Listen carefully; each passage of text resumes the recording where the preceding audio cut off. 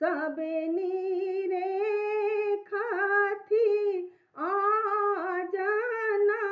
बाजना सासुनी रे खत जमाई हो रामा चैत महीनमा सासुनी रे खत जमाई हो रामा चैत महीनमा राम बनी एला पहुनमा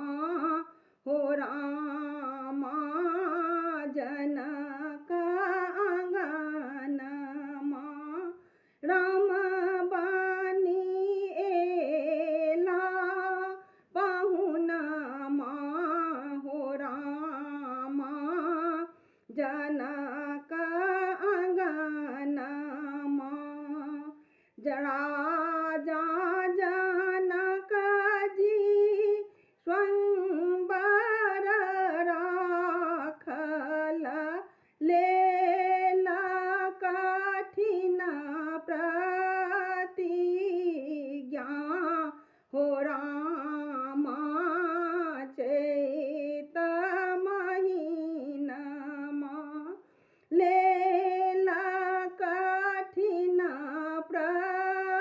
प्रतिज्ञा हो रामा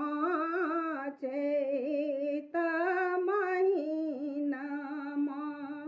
से हो प्रतिज्ञा पूरा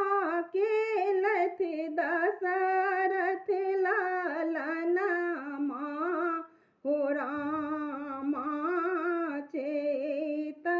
महीनमा राम बनी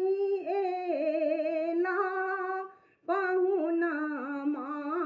हो रामा जनक आंगनमा राम बनी एला पहुनमा हो रामा जनक आंगनमा राम बनी एला पहुनमा हो रामा जनक आंगनमा सासुनी रेखत जमाई हो रामा जनक भवनमा सासुनी रेखत जमाई हो रामा जनक